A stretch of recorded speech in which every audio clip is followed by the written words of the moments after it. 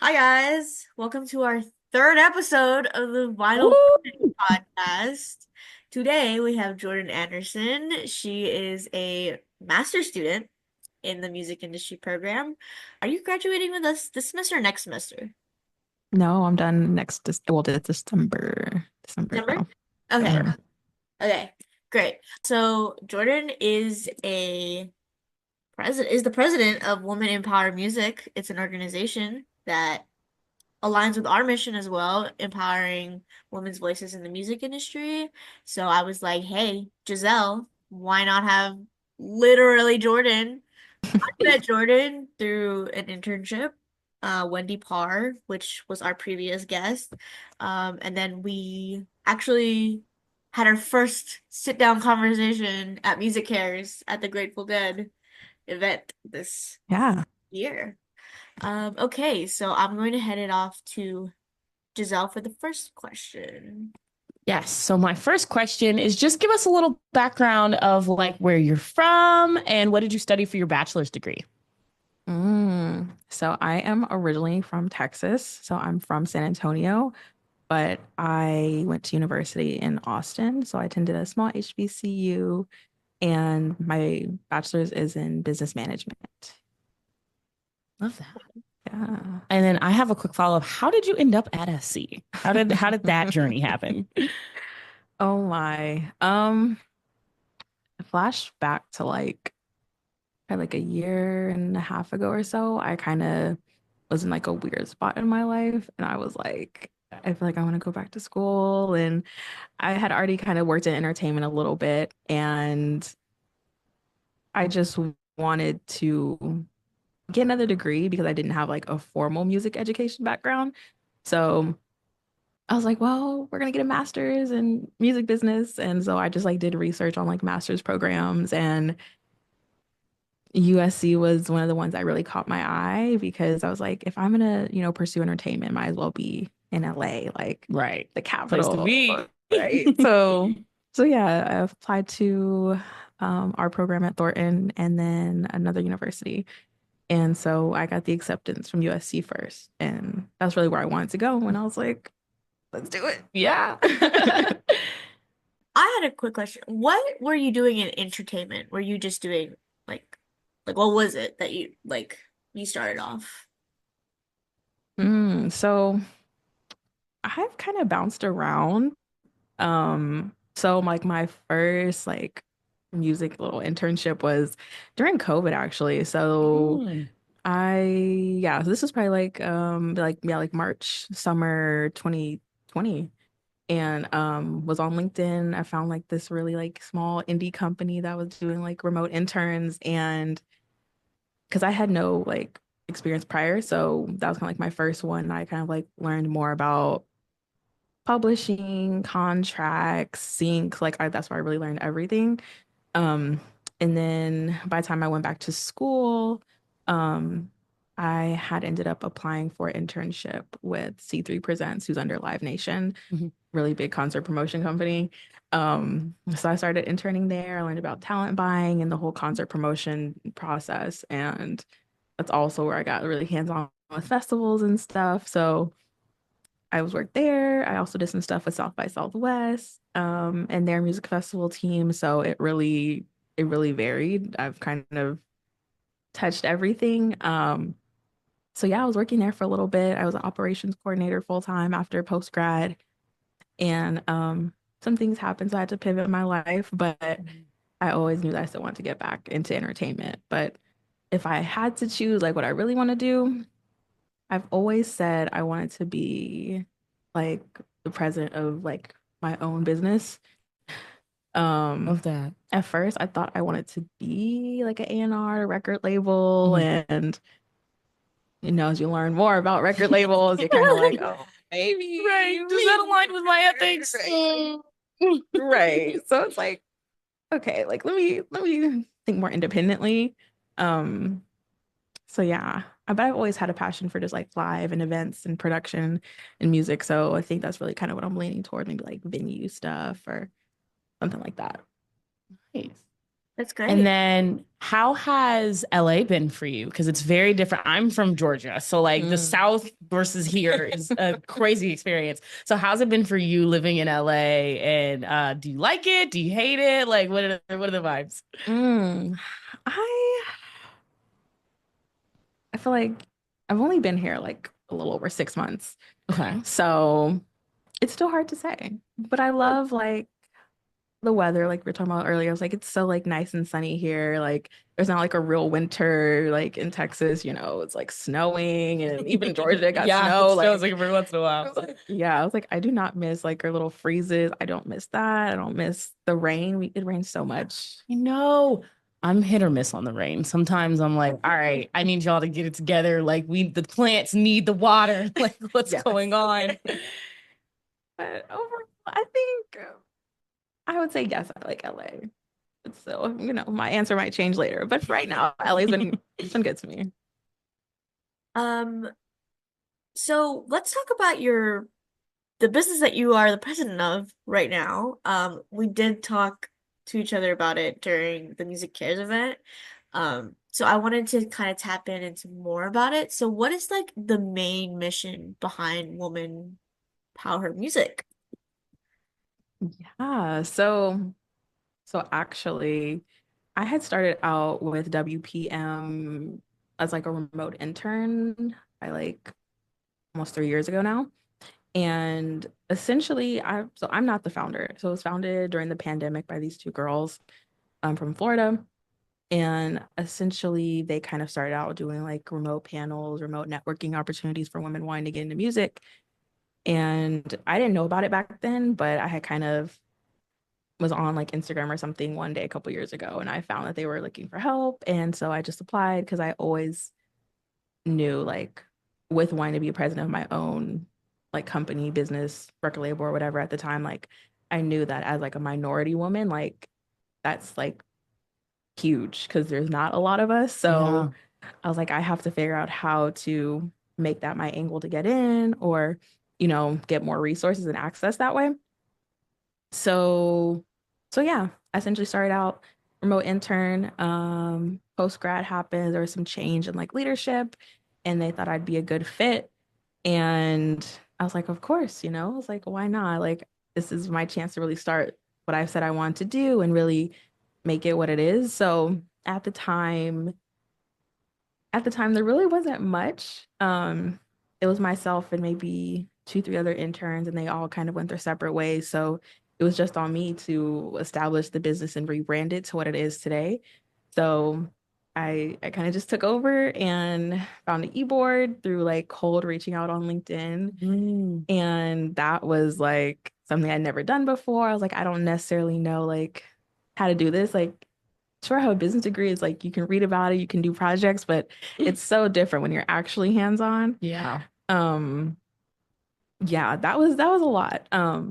But thankfully the few young ladies that like worked with me at the very beginning, like we're still close and we still keep in touch and they all have various backgrounds now. And they're doing great for themselves. And so through the years, it's kind of been like ups and downs, but essentially I've just had to rebrand the organization and create a team and really just try to provide more networking for myself and really just to promote the organization. But with that, a few of the things that I've kind of established are we do an interview series where we kind of celebrate women throughout different like months. So like, this month being Black History Month, I've had a chance to talk to a few different women who work at like labels or like their own creatives. We've talked to a few artists before and it's really cool to like have these conversations with women I probably would never speak to before Yeah. and to give them a platform for their voice and bring awareness to what they're doing in their backgrounds. And we also partner with 1824, so we go to press conferences and get to see a little bit of insider access to like artists like new releases, and that's a lot of fun as well. Shout out to them. And we also kind of were starting a book club at one point, kind of just to bring together more of like the music girlies and read about music books. And Mhm. so Yeah. yeah, it's been fun. I Yeah. actually wanted to go back. So I I'm hearing that you have a lot of internships and you're getting like you're working early.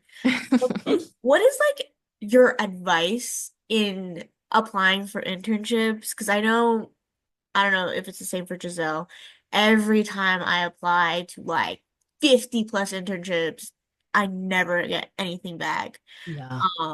And it is discouraging. So Hmm. I wanted to hear from your side, Jordan, like how do you kind of bounce back from being rejected or just like not hearing back? And like what is like your tip to like getting an internship? Mm, that's tough because so during that time during the pandemic before I had applied to like when I was on LinkedIn applying to any and everything, Mm. I I had got plenty of rejections. Like I definitely at that point probably had like 20 plus like rejection emails for different Mm. internships. And I remember thinking like this is really, Something. disheartening. Yeah. And all it took was that one application to be like, yes. And so it's definitely hard because even now I am still kind of like on a job search as well. And it's definitely hard, but I think, and I'm no career coach, but really refining your resume, I think has been something I've really, really noticed. And I tell people that I'm like, you have to really like be really clear and concise in your resume. Like Mhm. if you had a job before or whatever it was, let's say, you have to be like, okay, this is what I did. Like I feel like Mm. sometimes people are really too vague in what they put in like their job descriptions for what they did on their resume. And I feel like I know that a lot of recruiters, they want like tangible, quantitative like numbers. If you were a receptionist, like how many calls were you taking on average? If you were taking 50 plus calls, you should say that. If you were sending out hundreds of emails, you should say that. Even though that's something like minor, but that's something that people would want to see, like, okay, like they can manage a high call volume. They know that they're organized and they know how to do spreadsheets or something like that. So I think really being clear and detailed on your resume, and especially starting out, like if you don't have a lot of job experience, also utilizing like your class projects is Mm. really good to use. So like in one of our classes, I know we have to put on a showcase. So you could definitely spin that and say like, oh yes, I was the booker for my showcase that I did, or I was the venue liaison. So you could like really spin your experiences, even if you were a cashier. I've been a cashier before and I know how to handle money. So I have Right. money management skills. So Right. just like essentially spinning what you did. That's kind of what I think you have to get creative with it, especially because, people aren't seeing your resume most of the time. It's going through the Oh computer yeah. scanners and stuff. You have to have these keywords, those tangible items for it to be like, okay, yeah, that's good. Um, that's kind of like the technical thing I'll probably say, focus on your resume. But as far as like just like keeping like being spirit, I'd say have friends that are also in the industry and Mhm. having that community. I think that's also been really good for me because I have friends who are in similar positions and we all kind of have the same grievances. Mm. But knowing that like you're not alone in it and you're just trying to like just uplift each other has been like the best thing. I love that. Um, I so literally put this podcast in my resume. I was like, yeah, and I will be adding it to mine. I will say Absolutely. that. Absolutely. Because our 420 show is for sure. Yeah, it's definitely on my resume. I don't know Um, if I put it on my resume or not. Wait, okay. Let's talk about that. Let's talk about yeah, let's 420 talk fashion about show. it. Jordan, how did that go for you? I know like when I went into the music industry program for like we're Giselle and I are both bachelors, but I was freaking the fuck out. Okay, I Yeah, was like, we have to put on a show, get sponsors, like get artists and the venue. Are you sure you want us to do that? Like how right. You're trusting me? exactly? How did that go for you, Jordan? I know that you also talked about our personal conversation that you utilize woman power music. So I wanted, just like tell us about how did that go for you? Yeah. So I remember also being terrified when our professor said, "Oh yeah, you have to put on a showcase." Right. Like I have event experience, but nothing like to that extent. Mhm. So I was very scared. And then I feel like teamwork also difficult sometimes. Did you It have that came one team together. member? Right. I'm like, did you have that one team member? Because we can relate. We, It ooh. came together. But I worked really hard Mhm. because so yeah, for those who don't know what the project, yeah, you have to have a charity partner. Right. So I was like, oh, that's perfect because my WPM is technically a nonprofit. So I was like, oh yeah, absolutely. We're going to utilize this. Mhm. I'm killing two birds with one stone. Um, and that's essentially how we really led with booking the artist. So that was essentially what I did. I found our partners. So I had used WPM to partner with We Are Moving the Needle and Fem House. So we were able to donate, I think I remember it was about 150 or almost $200 to We Are Moving the Needle.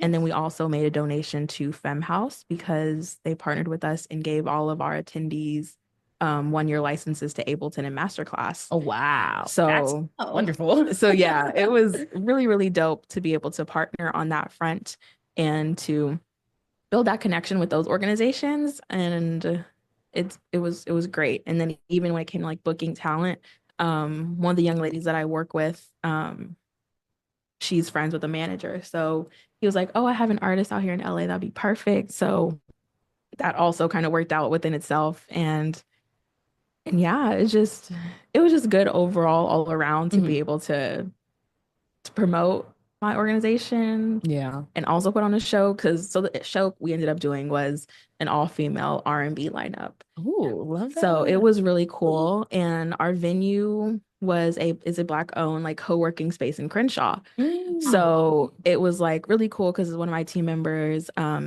Spelman grad, so she had a connection because she's from LA, so she had a connection to the owner and his daughter, who's one of my sorors, and she performed as well. And it was a really good time. We had a good turnout, and people were really like excited. Like the vibe was really like intimate and stripped down. So it was really good. I was really proud of us for making it come together Yeah. and like just myself for like seeing it really just come together. It was really like eye-opening and a lot of people were like, you guys have to put on more events. Like this was really nice. So I know that um next November, because we called Mhm. it Fember. So Oh. so definitely this November, definitely looking to do it again, like that cozy, warm vibe for sure. Yeah. That's really cool. And I love the focus of like, okay, we're gonna make this like a Black female experience on every Mhm. level that we can, like from the Mhm. artist to the venue to like I love that personally. I Yeah. know Giselle and I swore, me and Giselle and I and our other team members swore to never make a show again. So We did. props to you. Yeah. Props to you. I That could was a never, that was an experience for us. that It was we whew. had a team member that literally dropped us Yeah. like Mm. literally. And it was Uh went on tour, didn't say anything. Oh, yeah, Yeah. literally just ghosted us. Yeah. Truly. Just nothing. Yeah. Didn't come to No, class for real. anymore. I wasn't doing anything. crazy. And then we found out on the day of our show. Like after our show ended, we were clean. And then one of our professors, shout out to Mike Garcia, came up to Woo. us and was like, "Yeah, they dropped the class like completely." And I was like, "What? What?" Like, so you're just not gonna give anybody a heads up? Like Right. It's Bro, crazy. that was so annoying. yeah. So let's move on. Uh, we are a podcast focused on talking about the experience of a woman in the music industry. And I wanted to see how your experience in the music industry so far, because I know that you shifted from business and the music industry. Do you think there are parallels between the business industry and the music industry? And if so, talk about them and, just like give us the Mhm. laydown of what you feel your position is as like a woman, person of color, if you're queer. Yeah, just like give us your opinion and don't feel hesitant about like keeping things on the low or anything. Say it all. Yeah, no, say it all. Say it all. We had Shekinah come on here. She He went in. I left. will say that, and I loved it. I loved every moment of it. I was like, Exactly. So go for it. If you are gonna put someone on blast, don't just just say like this person, blah blah blah, you know. But if you're talking about professors in a good light, do that. feel free. Yeah. Professors in a bad light, don't do that. Not yet, and that's like I got my degree. There you go. You're Big brain moves. Um, yeah. So, oh yeah, being a woman of color in business, Yeah. music business. That's, you know, I ask people the same question all the time, and it's like crazy. It's really crazy. Hmm. Oh, where do I start? It's such a loaded one. So so yes, there are definitely parallels between traditional business and music business. The only thing that I don't like about traditional business, I was just telling somebody this, was like I feel like traditional business is so structured. Mm. And it's, of course, it's very suit and tie, very male dominated, very white male dominated. Is the Wolf of Wall And Street it's correct? and like it's like, can we have fun? Like, Yeah. does everything have to be, oh, Excel, or oh, this, that, emails, this, and that, investors, you know? Um, it's boring. Mm. It's very boring. And so I was like, I knew I wanted to do business, but how can I have fun with my business? Like, I don't play instruments, unfortunately, or anything like that, but there's something about like helping a creative that I always really aspired. Like, I tell people, yes, I was one of those Twitter stan fangirls back in the day. Okay. What was So your like, ad? you know, it definitely like helped shape what I wanted to do. Like, yeah.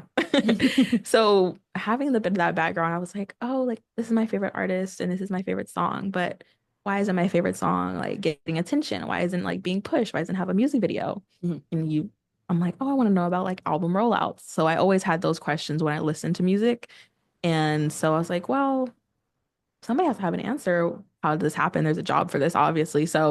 Um, so yeah, I just kind of eventually was like, well, this is what you want to do, be on the creative side, then figure out what companies there are and learn more about it. And that's kind of how I personally like to mix my traditional business with my creative side. Because yeah, it's like I like having businesses. I like, you know, boring business plans are a bit boring and doing stuff like that. It's boring. But like the fun of it being like hosting a show is the fun part, or um, you know, helping an artist produce a single or something like that. Like that's the fun part that I like, that, Mm. you know, your Wall Street bros, you know, don't get to do. They wouldn't understand that. Yeah. And it definitely is tough because trying to get connections, I will say. Um, because there definitely tends to be, in a nice way, sometimes I feel like certain genres are pushed on people and maybe you should go more this route instead of What you thinking. want to do. Mhm, Yeah. there are definitely some influences who that's definitely what they feel like they push a certain, I wouldn't say agenda, but Well, Agenda. well, but no, I've definitely like, even like my first big girl job that I say at Live Nation, love them down for giving me that opportunity, but I worked under a talent buyer who was the one black talent buyer who had one black assistant. So it was very like executed how they said we're going to have you with the black people, or you know, granted, like I said, I went to an HBCU, so I guess that was like their angle of like, we're going to have our black intern be partnered with the black people. But aside from working directly with them, there was maybe like two or three other people of color, like black people that were in the company. Um, and so it was a little odd because I didn't always feel like a minority, but looking at it and hearing stories from other like interns, that there was definitely some nepotism going on among some of the hires. but um I think that's probably like one of the times where I kind of felt like this is a little odd, but I mean Austin is also primarily white. So what am I expecting? But um it was a bit odd though. Especially after I kind of like transitioned departments full time. I was the only minority, and the boss that I had at the time, we didn't see eye to eye. And I wouldn't say it's because of ethnicity, but it was definitely some things that I felt like were nitpicked on, probably because of where I came from, my background. Yeah.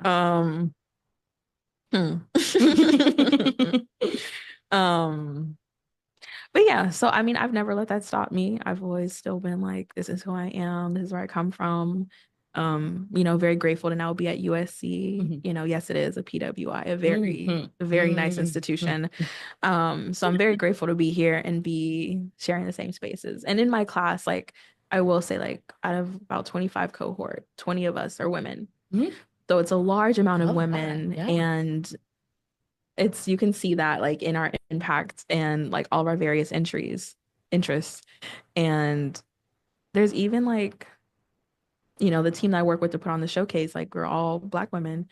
I think all of us came from HBCUs, Spelman, FAMU, and it was really incredible. So like we're out there, right? We're just hiding. So it's like trying to bring us out, to the forefront is essentially what I want for us. So, do you think, just as women or in general, do you think there's been improvement in the past couple of years or decade, whatever, or are we just like plateauing and we're just staying the same? I know we talked about this in previous episodes that like we'll have women, but white women, right? Yeah. And And they they are just considered diversity. yeah, and it just stops there. Do you think we're heading into a better direction, or do you think we're just like we're okay with well, not us, but like the music industry is okay with hiring women, but just white women?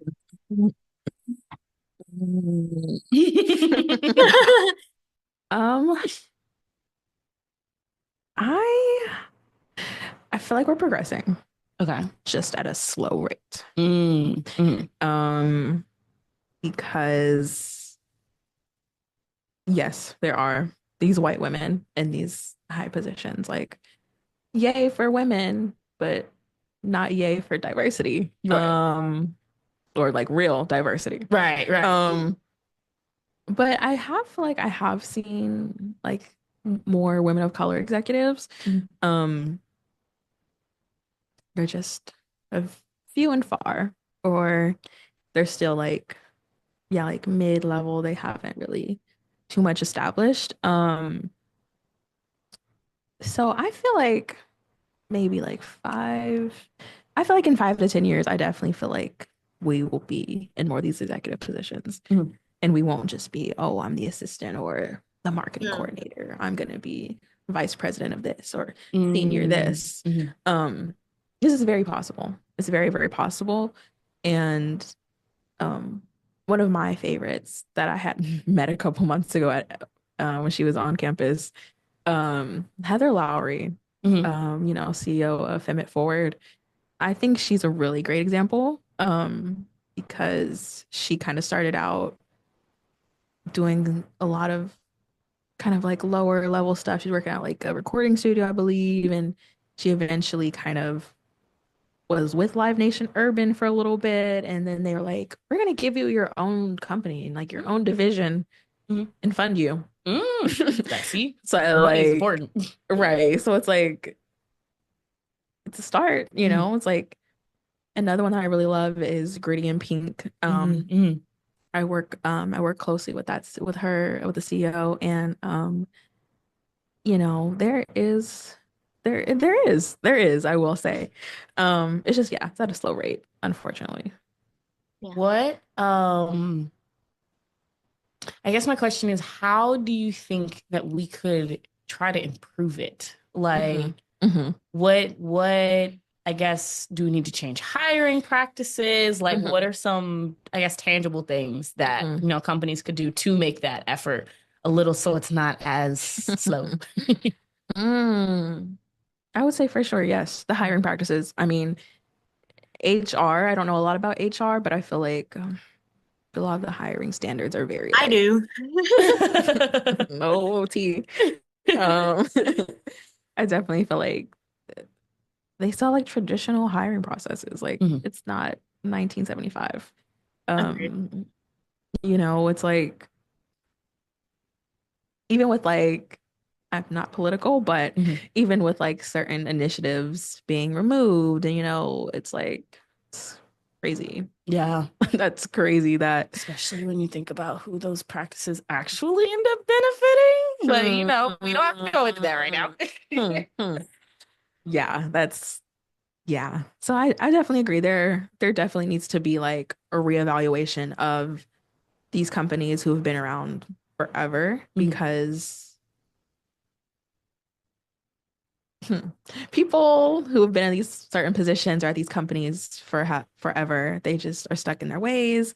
And as us younger industry professionals are trying to come in, um, they're resistant to the change essentially. Mhm. So I don't think we will be able to really do anything until all of the quote unquote old heads um are retired. Yeah. Yeah. So until Mr. Mark, who's 65, All right. been the HR recruiter and advisor forever, until he leaves and their systems change, I don't think we'll see really much difference. Mhm.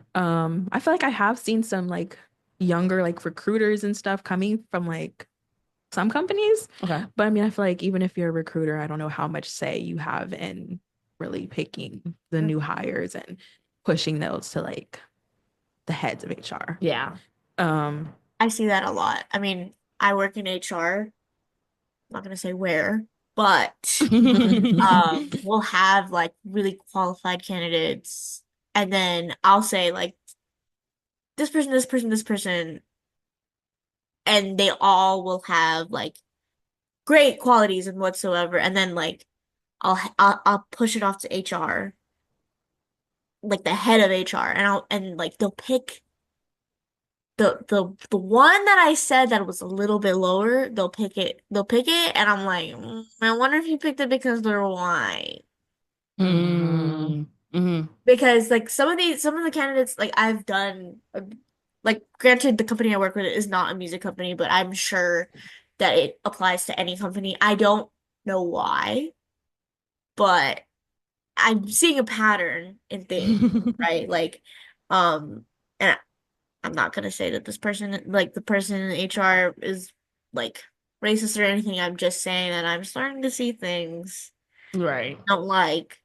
Um And I agree with Jordan in the sentiment that like once these old heads like you can have the youngest recruiter. You can have us on our team, but if you have like the most oldest person there that still believes that like white people and like women can't be in positions of power, Mhm. we're fucked. Yeah. So I agree with Jordan, and I'm just adding like some anecdotes and like personal, not evidence, but like experiences on the HR side. So Yeah, like I'll go add for it, really go for quickly, it. like Yeah. one thing I've like kind of played around with, Mhm. like when I apply to like internships and jobs is I'm gonna lie sometimes. Like, Oh, felt. Yeah. Oh like yeah. I have a pretty like generic first and last name Mhm. besides like my hyphenate last name. But if I don't use my hyphenate last name, I could very well be a white male. Jordan Mm. Anderson, Oh, yeah. like a very basic common name. I could Mhm. very well be a white man. So definitely sometimes I will say I'm white or Yeah. I'm a man. Yeah. Like It's like, let's move this up to the stack. Top of the stack. right. Like so I mean I haven't seen any, results, but Mhm. I definitely do play around with it for sure. Yeah. Just to see like the What fuck of happens? it. Yeah. Like Um, so what is like advice that you could give to someone that's tapping into the music industry? I know that you're still relatively new. I know Giselle and I aren't technically new because we came into the bachelor's program. Um, so it's been like what, forever now, but Long time. Yeah. long time. We're ready to go. But what's some like advice you would give to somebody who's just like you, like I just want to go into the music industry? Uh, Mhm. basically, what would you give your younger self? Like, what would you tell little Jordan a year Mm, ago or two? I feel like I feel like I've completely changed and grown so much and like just like the past 5 years. So I tell people like who knew me like pre-COVID, people who knew me pre-COVID, like my real first semester of college, like I was so different. Like I was really antisocial. I didn't want to like hang out with people. I didn't want to be seen, like, which is crazy when I think about it now. Like, Mhm. but like I was somebody completely different. And I feel like if I had I would have felt like I really would have needed to have a mentor. I still don't have a mentor, but I feel like if I had a mentor or like, even like a bit of an older friend who would kind of like reassure me like it's okay. Like even like starting out in college, like it's rough. It's a Yeah. really rough transition from high school to college. Mm. And just having more of a support system, Mhm. that's something I really wish I would have had. Um, and I feel like with that, I would have also kind of grown more professionally and really figured out what I wanted to do. Um, but I didn't, but it's okay. So I had to figure it out myself during the pandemic. I really like, I tell people, I'm like, all this confidence that I have now, I feel like it just it showed up one day during the pandemic and was like, hey, we're here. And at that time, like I just started to like really like get more interested in like social media and really like just like self-love and self-care. And so I had to like build myself up and kind of figure out what my life was and what I wanted and how I wanted to present myself to people. And that also kind of really helped with going back to school my senior year and being like, okay, like I read a text message. Keep going.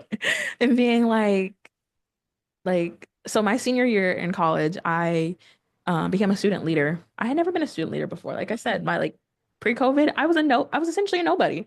So like to then become a student leader, it was an insane transition. And I was like really well known. I was like damn near the face of the university at one point. And it was crazy. Mm. And so along with that, that's when I also was getting like the internships and all these other like other opportunities. But I think it was because I had this confidence when I went into my interviews that I wouldn't have probably had 2, 3 years ago before that. So like Mm. really like having confidence was something I'd really tell people like if you know that you're passionate about music and your art and business or just this industry in general, like you have to present that to everybody that you talk to that you Mm. Mhm. are confident and competent. Even if you don't know a lot, like you're just like, I'm really eager, I'm really confident in the skills I can develop and what I can bring. So Mm. I feel like that's what a lot of people want to hear in interviews is that you're confident in what you put on your resume. So somebody's like, okay, you were a cashier and you did this, like, oh yeah, I was the best damn cashier there was. Like Right. my managers loved me. I showed up on time every day. This, that, like having that confidence and like essentially like flexing and like Yeah. it's gonna take you a very long Your own way. horn. Yeah. Oh, Like, shit. Yeah. like even like a lot of people that like are rich and famous nowadays, Mhm. do they all have talent? Look. Hmm. Clock it. Do they are the lyrics good? Look. Are the beats that great? No, but it's how they present themselves, it's how they perform Right. every day. Not it's and essentially it's a lot of code switching too, is what I've had to Mm. develop. Mhm. Is like I'm not like multiple personalities, but some days, you have to have your alter ego to walk outside and be like, damn, I'm really that bitch. Yeah. Like I'm really a badass boss bitch Yeah. who's at USC, who's in Right. LA, who, Right. like, yeah. So I have to really hype myself up too. Um, so yeah, that's essentially what I probably told myself years ago. Be confident, hype yourself up. You are who you think you are, and you are who you're gonna be. Mm. Um, and yeah, it's really, and I feel like with that, everything else will really fall into place. That's something one of my like favorite like catchphrases or like things that I've like mottos is like live in your purpose and everything else will just fall into place. If you know that you're doing everything you can every day to be the best version of you, Right. everything around you, it might feel like it's not working out, but it will. You just have to keep doing what you're doing. And if you feel like you're not doing enough, then what can you do to do more? Yeah, I think that answered that question. Yeah, that was beautiful. It was. Okay, this is my favorite part of the interview is our silly little question at the end. Yes. So okay, we'll give you some time to think about it. We'll answer it first. But Okay. if you could build your dream concert set list with 3 artists, one headliner, an opener, and another artist, who would they be? Okay. Do you have your answer, Shell? Do you know? No. Okay. I think I'll go first. Okay. So everybody who listens to this podcast knows I love Beyonce. I bring her up every episode. Love Beyonce. As you should. So she's going to be my headliner. Like, but who can open for her? I don't even know. Like, I would think maybe a Frank Ocean, since they have a song together, like we could come out and do Superpower, like we can make it work, right? Iconic. Yeah. And then I feel like maybe a little sprinkle of like, oh my gosh, what happened is like I didn't get to see Megan's tour, so like bam, pull Megan out. She's our surprise artist. Like nobody knew she was coming. She wasn't even supposed to be here, Like that. and now she's on stage. So it would be Frank, Megan, and Beyonce. I like that. Cause like my thing is that I listen to a lot of music, right? Like I can fuck it. We're gonna go boy band. We're gonna go Okay. Ooh, okay. Fuck. I'm thinking if I want to do like recent boy band or 90s boy band. But if it was like 90s, I would definitely have a trio of Backstreet Boys, NSYNC, and 98 Degrees. Okay. Is it 98? Yeah, it's 98 Degrees. Would have that.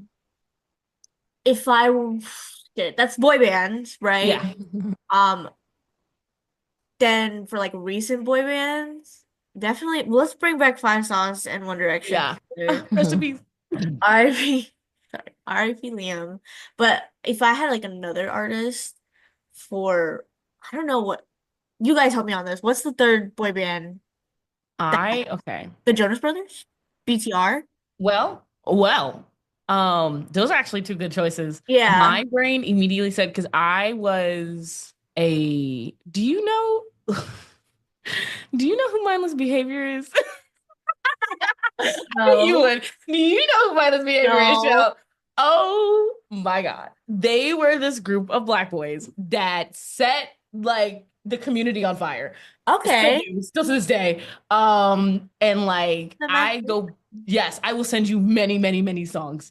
Pretty good, as you should. Many, many songs. To this day, I still like fangirl. Like I want to bring that fangirl craze back. Yes. So Mindless Behavior. Whatever was in the air with Jonas Brothers and Justin Bieber, I need that back. I know. I feel like times were happier. No, for real. Okay, Jordan, your turn. I know I had 2 answers, and that's not fair. But everybody knows Giselle's gonna pick Beyonce anyway. Yeah, they do. I love Beyonce. I mean, I had a backup, but like my brain What said was your Beyonce. backup? Well, Jordan. My backup was I was gonna do like a boys R&B. So I was gonna have like Giveon. I would look because I'm like I've been dying to see him in concert. I would do like a Daniel Caesar, even though he doesn't have the best things to say about Black women, but you know, I don't know. And then I would do Frank was also still on that list actually. So yeah, those would be my 3, even though we might have to find a replacement for Daniel, but it's okay. You know, make it work. Okay, Jordan. Spotlight's on you, babe. Oh, that's so tough. I feel like a headliner. I mean, I feel like I'd also have to say Beyonce, like, you know, or even like, if not Beyonce, I would definitely say Doja Cat. Ooh, I love Doja Cat down. Love. if she's not headlining, she could definitely be also still be on the same lineup. Mm. Normani. I love Agree. Normani, and I need to see her. Yeah. Yeah, I yeah, I need to see her. And then someone else I would probably say, it's so tough. It's so tough. I also love Kehlani a lot. I Ooh. feel like Normani, K, Of- and That's my woman crush and Wednesday. I was Doja about to say that's my Cat. wife for real. Like y'all don't even know. Don't get Like started. I'm so quick gay for her. My I God. know. Granted, I would absolutely freeze up if she looked at me and all the riz I have would leave my body. But Girl, I you have look Riz? like I'd have nothing. I'd just be like, hi. Like, goodness. oh my gosh, you're looking at me. I love all three of them, and I love me some Doja Cat. So okay, Yeah. so my final answer, I'd say we'll say headliner Doja, great performer, and then yeah, Normani and K for Yeah. sure. Would you have Oh. Normani as your opener, and then Kehlani would be like your additional? Surprise. Okay. Like bam. Here. I can Yes. see that. I can literally see that. Yeah. Granted, there's not really much crossover between. They don't have any songs together. That's okay. Okay, But Maybe they can one. make a new song. Exactly. should. Just for your show, Jordan. And Yeah. we'll name it Jordan. Yeah, exactly. Manifest. Okay. Well, thank you so much, Jordan, for Yes, thank you. joining the two of us in our podcast. We really appreciate your time. Mhm. Yeah. Do you want to say anything else, Giselle? Where can the people find you? Oh yeah. Of course. So yeah, it's Woman Power Her Music. So it's woman spelled like WOMEN, power POWHER. There you go. Music. MUSIC. Woo! That's our organization. If anybody wants to follow me personally, I'm on the socials known as Sprinkles J. Well, that is the end of episode 3. Stay tuned. You know our Instagrams, YouTube. We'll see you next time, guys. Yeah. Bye. Bye.